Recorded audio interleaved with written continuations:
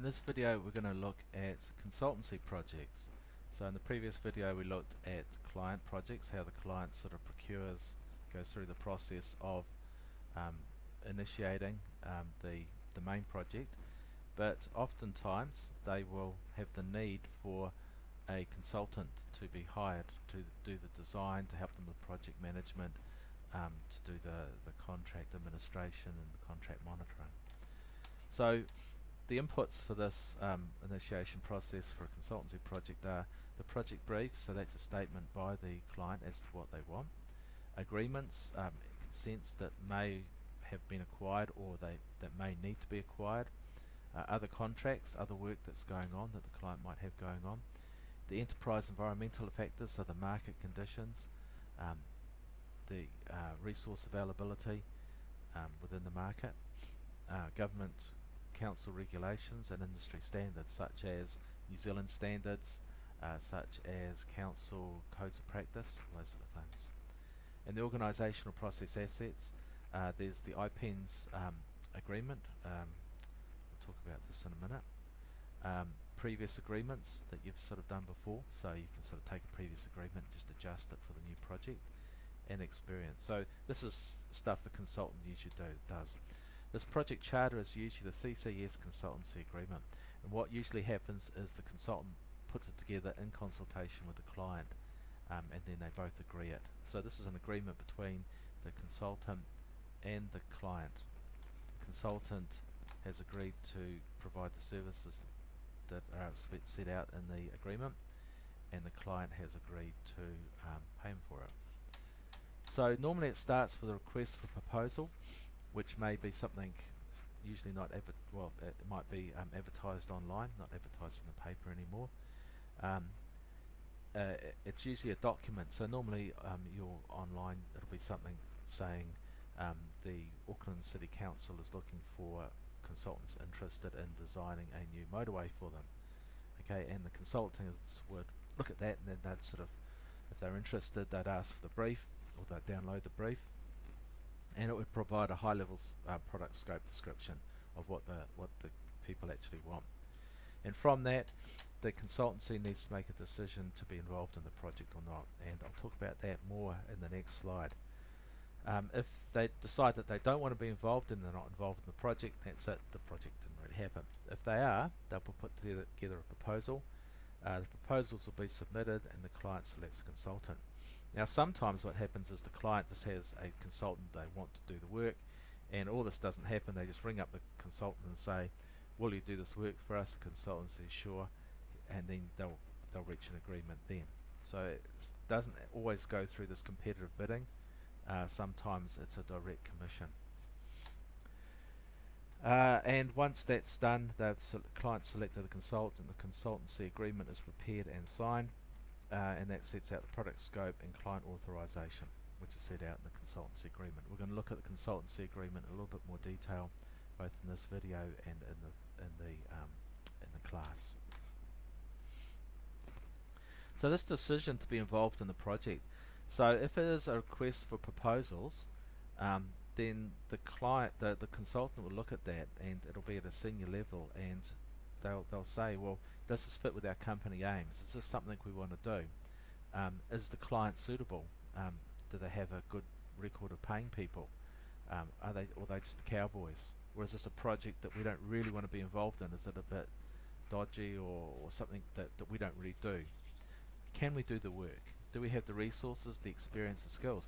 Now at present in Auckland, there is a lot of work on, and they might say, well, we'd love to do it, but we don't have the resources to do it, so we can't really put a proposal in, because if we get it, we're not going to be able to do it properly.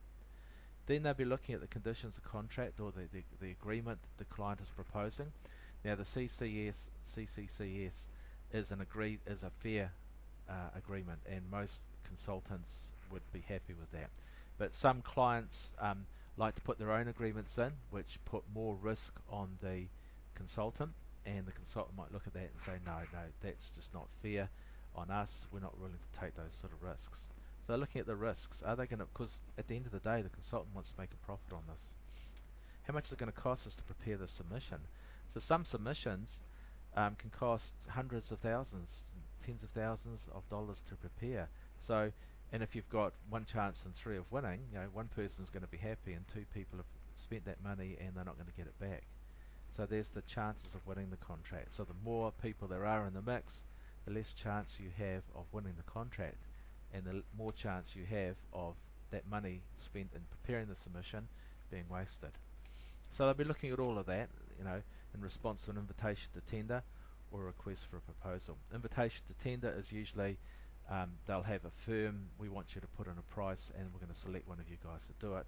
A request for a proposal is usually put forward your qualifications, and then we'll decide whether we want to include you in put forward a proposal. You know, we can do this, we can do that, and then we'll come back to you and ask you to provide more details and maybe provide a price later on. So the ITT is usually involves a price. The request for proposal sometimes doesn't include a price. So they're going to make that sort of decision. Are we interested in this or not?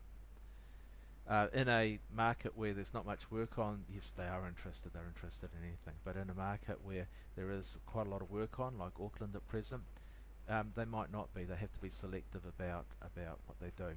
So they'll have clients that they've got good relationships with that they'll do it.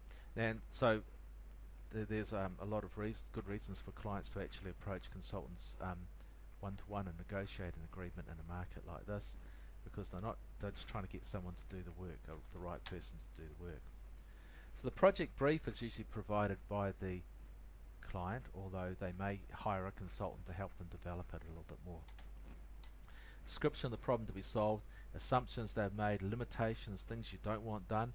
So for example, they might say, we want you to design a road with access for cyclists and pedestrians, but don't worry about the lighting system because we've got another company that's going to come in and put that in. Don't worry about the tolling system if it's a motorway because we've got someone else to sort of do that. What do you want delivered? You know, do you want just drawings or tender documents, or do you want the whole shebang? And what do you want delivered in the proposal? What do you want the person to tell you about themselves to help you make that decision as to whether you're going to buy them or not? And so there's the guidelines on the briefing and engagement for consultant services issued by ACENS, the Association of Consulting Engineers in New Zealand, which is a really good document to have a look at because it provides all the information about that initiation phase, commissioning a consultant to provide consultancy services for you. Now the conditions of contract for consultancy services, CCCS, is the project charter for consultancy projects. So it's the agreement, it's actually a contract. So it's a lot like NZS 3910, but it's written for design projects or consultancy services. Standard format and conditions for consultancy projects. So there's a short form agreement, which is just a couple of pages, and that's for smaller sort of jobs, say less than $100,000. And then a long form agreement, which runs to about 20 or so pages. And those agreements have things like responsibility for insurances, who owns what's produced. So if someone produces a design, who owns that design? What happens if you have a disagreement? All those sort of things that NZS 3910 has as well. And it's basically a binding legal agreement. And it's developed by Ingenium, IPENS, NZ Transport Agency, Association of Consulting Engineers New Zealand. So basically these are what sort of the main clients, the New Zealand Transport Agency, and these are the consultants, if you like. And so it's a compromise, if you like. It's what we think is a fair agreement. So very few consultants or clients would say, oh, we don't really want to use this, we want to use another one, because it's sort of already an agreement that's been negotiated between the consulting community and the client community. Some clients may think they've been clever by making their own ones, which put an undue risk on the consultant, in which case they are going to pay more than what they would if they'd used this. Okay. So it's a free download. If you go to the IPENS site, you can download it, and there's also a copy on Moodle. So here's what it looks like. Short form agreement. So you can see it's basically so between these people. Here's the project location, scope and nature of services. You're not going to fit that all into one line. Oftentimes that's a 4, 5, 6 page document. Program for services. Once again, it'll be a Gantt chart or something like that with overview of how long it's going to take, fee and timing of payments. So these bits here are normally enclosed in a document that's attached to it, which is, usually runs to 5, 6, 10 pages, providing a lot more detail than sort of you think with, if we're just writing it on one line. Information to be provided by the client. Variations, so there on the other side of it there are some short form modeling conditions of engagement. That's the stuff where you say who provides the insurance, who owns the intellectual rights to the design, what happens if you have a disagreement, how do you deal with variations, and all that sort of stuff.